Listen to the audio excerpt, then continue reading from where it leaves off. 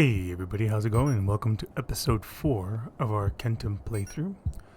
Today we're going to be doing some exploration. We're going to be unlocking some stuff. So, hang out with me as we traverse the rest of the world. So if you remember from our last episode, we've unlocked dashing, and we've already built some things that we needed to go move forward, like how to make our ingots and that kind of stuff.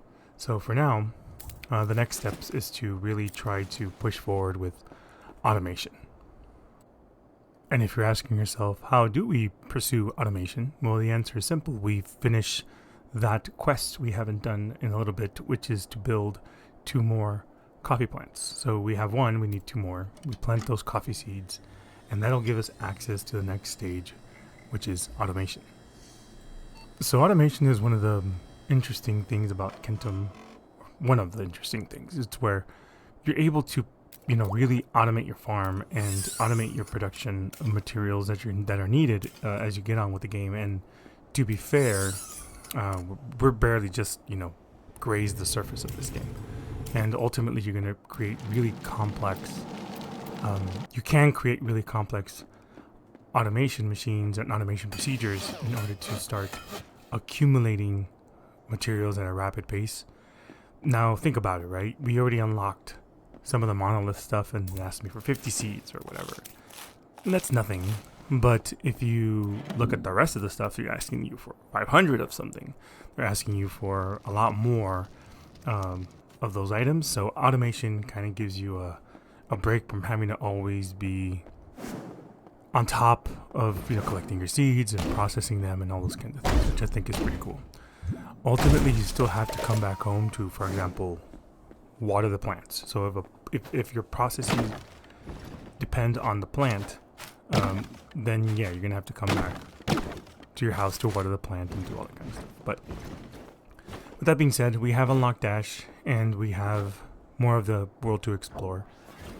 I still suggest you go around collecting as many things as possible and getting ready for the next step. So here I tried to grab that, but I forgot I'd already gotten it in the first playthrough. As I said before, twigs are really, really, really, really important because they're the source of everything.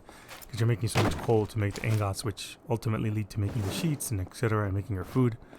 So keep that in mind as you go around the world. Just collect them. They're a bit of a pain in the butt, but whatever.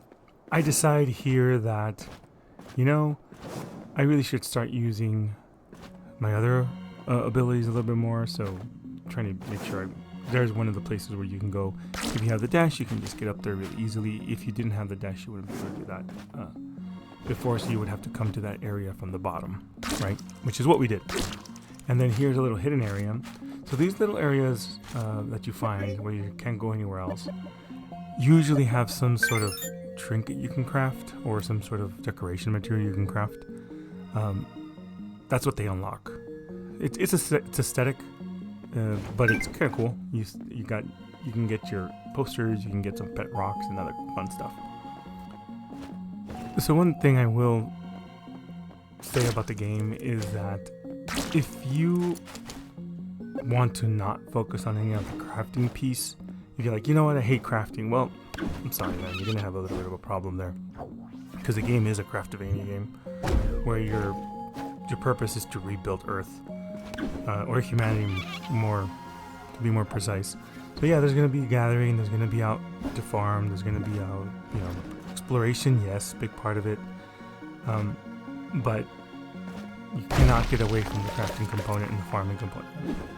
So there's my first use of the vacuum. As you can see, it collects all the items all at once. If for whatever reason your pack is full, the items just drop to the ground. However, there are some really funny interactions where there, you saw one where you collect it, it's full, and it just flies right past you. It does that from time to time. It's really no big deal. We're entering summer. So I had already talked about this, but every time the seasons change, wherever you are, that's why the screen turns black. Wherever you are, everything resets. So creatures, resources, everything resets. And just keep that in mind if you're smack dab in the middle of the underground. Things that you were there before are not going to be there anymore. And I decided, okay, well, you know what? I should go around scanning things because I haven't been doing that. I haven't been diligent about it, and that unlocks recipes and it unlocks other things that you can do. For example, pet rock. I was watching another VOD on YouTube playing the game, and they were playing it different than I did. They were much more, I'm not going to say aggressive in their exploration, but they kind of said, you know, screw it, I'm not going to collect anything, and I'm going to try to open up as much of the map as possible right off the bat, which is fine, but you'll find yourself gated similar to other Metroidvania games. Like, if you played Metroid, remember, like, some of your progress was gated behind getting rockets, or gated behind getting the little, the roll-up ball. Or if you play Castlevania, right, you're gated behind beating an enemy or doing something. So it's the same way here. So it's not an open world that you can just go wherever you want. There's gonna be gates put in place in order for you not being able to traverse the way you would like until you unlock a certain piece of the puzzle, right? And in this case, it was the dash. It unlocks some more stuff for me, and then eventually it's gonna be that hook, pretty sure, where we'll be able to unlock more of the world. And then I've seen some areas where there is similar to the Metroid roll-up ball. We'll be able to do that. So every time you find one of these, like I said, scan them. So it was Pet Rock on the first one, now it's a Pet Rock family. Again, purely cosmetic, but it's fun to have them. It's a Wilson reference, right? So on the left-hand side, you can see that I'm tracking the progress. It's tracking my progress towards getting those construction materials so I can unlock that, and the farming materials so I can unlock that. And I still haven't done my plant a coffee seed farm. But to do all that, you need limestone, you need stone, so I need to go and farm up and start collecting stuff where I could, because it is what it is. Yeah, those blobs, you can't kill them. I tried. Here's another area where you can potentially roll. Obviously, I don't need to because you can just go around. But it gives you a little bit of a clue to the other sort of stuff that you're going to be unlocking as the game progresses. I still think that there would be a better way to let you know about the progression. Maybe something could give you a clue as to what you need, but I guess some other games don't, and so it's not the end of the world. It's not telling you. This is the area where you find the... Oh, those are new. You guys haven't seen those yet. So that's me getting hammered. Caution advised. So not paying attention, getting hit by that creature that flies at you with the horn. And in this game, nothing really, except that bird yakitori, which recovers like 2 hearts, nothing really heals you until you start making potions, which is at the brewery. So once you're really low, and your pack is full, my suggestion would be just go back home and heal, because what happens in this game is that if you die, you respawn, your clone respawns, your clone stays dead. You have to go back to the clone in order to pick the carcass, but like 90% or 80% of the stuff you had on is lost, and sometimes you can lose stuff that was really valuable. So dying, not recommended. I slept through the lightning storm. That's another little trick, I guess you could say. The lightning storms are they hit you at your base. They don't hit you when you're in your space station there, right there. Space pod, whatever. They don't hit you there, but other than that, it's hitting you everywhere. And so it can get pretty nasty really quick, and they do a ton of damage. So keep that in mind. You're better off trying to either sleep through it or build a shelter. And you might be asking yourself, well, how do I do that? Well, if I'm not mistaken, in this episode, we're going to do that. So charcoal right now is for ingots. Malted barley is for cognitive fluid type B, which is the next phase of everything. I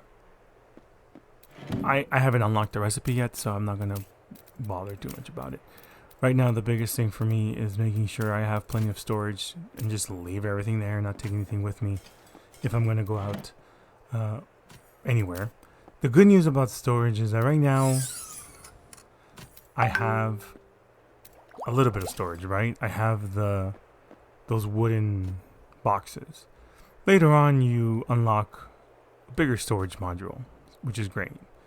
But then also, in the Monolith, when you get the infra hullabaloo, whatever, that one also unlocks more item stacking, which is really, really good. So you can stack more items in storage, more items, stack more items in your inventory, and that makes things easier. So you will be spending time in your base until you get the hang of automation and you have the proper setup for automating things and getting things moving. It is going to happen, but that's okay. Like, I wouldn't stress too much about it. It is what it is. Treat it as your it is your home base, and this is your base of operations, so you want to set it up as nice and efficient as you can. Here, I went ahead and I said, okay, cool, let's get going, right? We need to start building up those seeds to unlock automation. So here's the first wooden structure I built. You can build a wooden structure on the ground, but I chose to do it overhead because you can move things around. If you press, edit mode right there, you can move things around. And it makes it a little bit easier to not have to spread your base out as much, right? Like running from one place to the other. If everything's condensed, you kind of make it a lot easier to pick up. For example, if right now your process is manual for picking up the seeds, and all your I have to do farm is plot collect has begun producing output. Normally, you would collect it manually. Yay! A future of walking back and forth, picking beans. Truly thrilling. There is a more efficient solution. By attaching a worker claw to the farm plot, the output can be gathered automatically. The worker claw extracts resources as they are generated, eliminating the need for constant retrieval. With proper placement of multiple worker claws, full automation is possible. Good, because I don't trust myself to remember watering and bean collecting. And so there it is. We've unlocked automation. I could have potentially have unlocked this earlier. The issue is that the game does not tell you this. But the first machine you unlock is not the one that picks berries. The first one you unlock is the one that grabs materials and puts them into storage. So even though the game tells you, oh, you can use it for harvesting, it's like, no, you can't. That's the next step of the tree. So the first step is, for example, if you produce cognitive fluid, you can stick that into a box. Or if you produce the coffee grounds, you can put that into a box. And so the game wants you to build something to deliver, to move 10 items with the worker claw, right? That's the next step. So just keep that in mind, because I remember somebody told me, I forgot who it was, they said, oh, why don't you just build the claw right off the bat and you start automating everything? Well, no, you can't. You really can't. Because the problem is that the first one is not doing that. The first one is just grabbing whatever you generate and then putting it in a box. That's really it. So now what do? I said, okay, well, I gotta do it anyway. And really one of the materials that I find myself having to make a lot of is coffee grounds. Because coffee grounds are being made into the cognitive fluid, and I'm going to need a lot anyway right now. So I decided, you know what, I'm going to automate. You see, that's new, the automated panel. So with the automated panel, you can do is you can just move all of your ingredients over, and it'll just keep going while you have that amount of ingredients, which is really cool. It just keeps perpetually creating things, which is kind of awesome. And then all I had to do was just make the worker claw move stuff from one side to the next. And then I went ahead and made the next machine that I needed. And so, perfect. I have my worker claw going, making the coffee grounds. The claw is going to move the coffee grounds into storage. And so you might be wondering, well, why the heck would I want to do that? I was like, well, because the machine itself has a limit in how many items it can store. Once it reaches that limit, it's right there. Once it reaches the limit, it won't make any more until you come and collect the items that are in there. So maybe in the beginning it's not that big of a deal because you don't have enough materials to be really causing the machine to stop because you're producing so much. But you might as well get in the habit of it, right? Is the way I see it. There's a claw moving the thing. So that's the way it's going to be. And that's going to give me my 10 materials being moved. And obviously what you can do is you can have the claw move the grounds into the cognitive fluid type A machine, right? So you can have it do that. And you can have the claw move the cognitive fluid type A into the storage. So you can have that process going, which is kind of cool. In a later playthrough, I decided I'm going to try to automate that process. The issue becomes that by this point, I've been efficient enough with my production of cognitive fluid that there comes a point where you don't need it anymore. If you've played other crafting games, you have levels, and so once you've kind of exhausted your need of cognitive fluid type A, then that whole process becomes kind of like, well, I don't need this anymore. But then I'm going to have to produce cognitive fluid type B, so then I can automate that process and make it easier on myself. But that process is a little bit more complex because it requires more base ingredients. I hope I'm making sense. So with that being said, I keep making cognitive fluid again. We need to unlock the stuff in the monolith. I need to start making seeds, and the reason I need to start making seeds is because I need to go to the monolith and deposit those seeds. But like I said before, what I'm probably going to do is once I have enough cognitive fluid type A to unlock what I need, I'll start using those seeds and unlock the farming portion of it. If I'm not mistaken, the first section of farming is your plants need less watering. That's really it, which is great for automation. And then you need other higher level stuff in order to unlock higher yield from plants. So, there's an element of strategy involved in this in terms of, do I want to unlock it now? Do I want to make the effort to unlock all the monolith stuff first because it helps me progress quicker in the game, or do I want to unlock all the farming stuff first? Do I want to unlock all the infrastructure stuff first? I don't know. In that scenario, I really couldn't tell you what's better, because I guess it depends on your playstyle and what you want to do in the game. What is true is that in the game, in order to progress, you need to get to the next level of cognitive fluid and to have your brain research all that extra stuff. Sometimes the twigs do funny things and grow from the walls and grow from the ceiling, so just keep that in mind. You might be wondering, where the heck is all my resources? Like, well, did you check the walls? Did you check the ceiling? Because sometimes that's where they pop up. I think a good idea would be to do this loop that I'm doing right now, which is, down underground on the left, go to the right, going into the monolith, reach the wall, come back. Depending on the season, you should come back with a good amount of materials ready to go. Jungle entrance, remember we unlocked that last episode. If you want to go into the jungle, you can now because you have dash unlocked, but the jungle has some pretty aggressive, it's very much Terraria, so you have aggressive creatures in the jungle that can whoop you pretty bad, and it has they can poison you.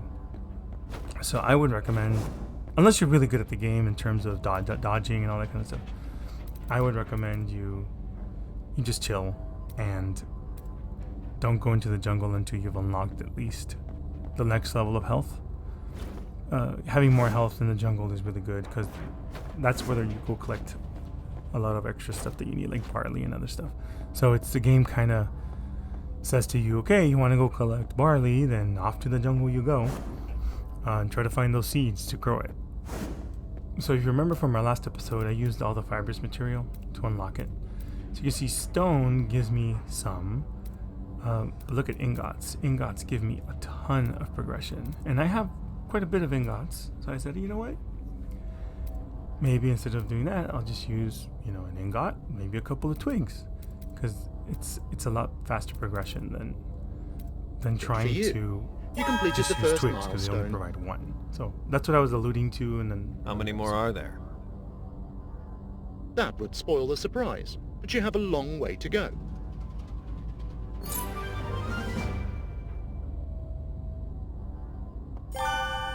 So remember what I said? There it goes. Urban development. So less materials needed. Right?